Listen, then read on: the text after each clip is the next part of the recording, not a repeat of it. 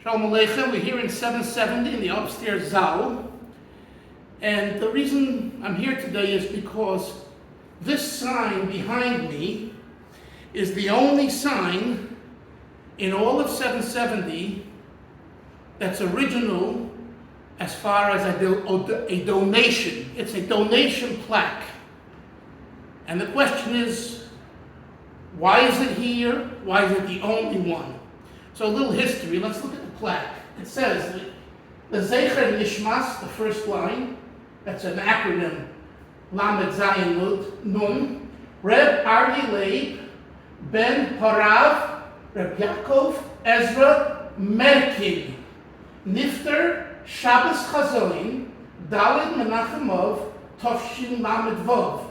This is for Rabbi Arye Leib Merkin, the son of Yaakov Ezra, who passed away on Shabbos Chazoin, which is usually July, August, the 4th of Menachemov, 1976. Nidmas Benoy, it's a donation given by his son, Gershon Yitzchok Merkin, who was known as Herman Merkin.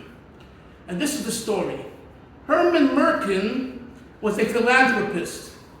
He founded different chairs at Yeshiva University, and he was a very wealthy man, and he did a lot of things for Jewish causes.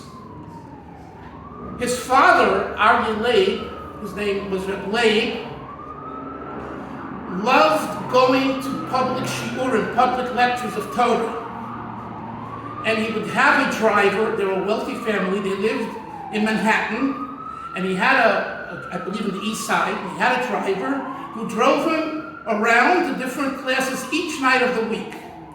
One of the nights of the week, I think it was Monday nights, he would come here to 770, and he would attend a shiur given by Rabbi Mentlik, Reb Mordechai Mentlik, the Rosh Hashiva of 770. My Rosh Hashiva, our Rosh Hashiva. And he gave a shiur to Balei Batim, to working people, lay people.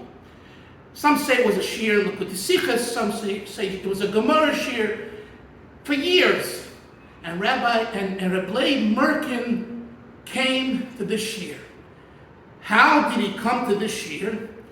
The thought is that Rabbi Gerari, Shmayo Gerari, who was in charge of the yeshiva under the Rebbe, Rabbi Gerari wanted funds from the Merkins, from Herman Merkin. So Herman Merkin said, after his father passed away, I'll give you money if you put up a plaque in 770 for my father, because my father specifically came here to learn once a week. So Rabbi Gerari said, I'd love to do it, but I need permission from the Rebbe. The Rebbe is the boss, the owner, the boss of this place. So Rabbi Gerari asked the Rebbe, and the Rebbe said, it's okay. He gives permission, and that's why this was the only plaque in 770 that's of donation kind. I'm not talking about downstairs, that's much later. I'm talking about from the 70s. Another piece of history. The Merkins, who did Herman Merkin marry? He married Ursula Breuer. Who was Ursula Breuer? The daughter of Reb Yitzchak Breuer, I believe, who was the son of Reb Shlomo Zalman Breuer, who was the son-in-law of Reb Shamshon Raphael Hirsch. The Rebbe Rashab already had contact with Reb Shlomo Zalman Breuer in Vienna and in Germany and other Hamburg, different places in 1908 and 1909. You can find it in the Kodesh Rebbe Rashab, because they wanted the Rebbe Rashab to join them in making the Agudas Yisrael.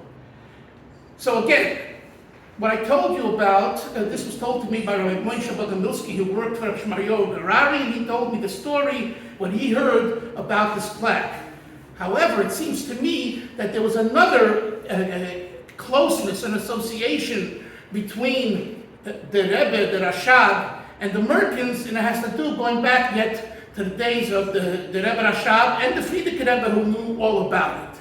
And that's why this is the only plaque. It's a great schus for the Merkin family to have their plaque of donation in memory of the father. In this case, there's also the Zayda, the grandchildren and great-grandchildren, and I also was told by a grandson of Rebbe Leib that the family will compass the Chassidim. That means they were a division of Chabad. They will compass the Chassidim, and could be one of them was even that maybe a chayzer by the Tzemach Tzedek. They know that they go back to the Tzemach Tzedek and the Kapster. So there was a connection aside from the Merkin side.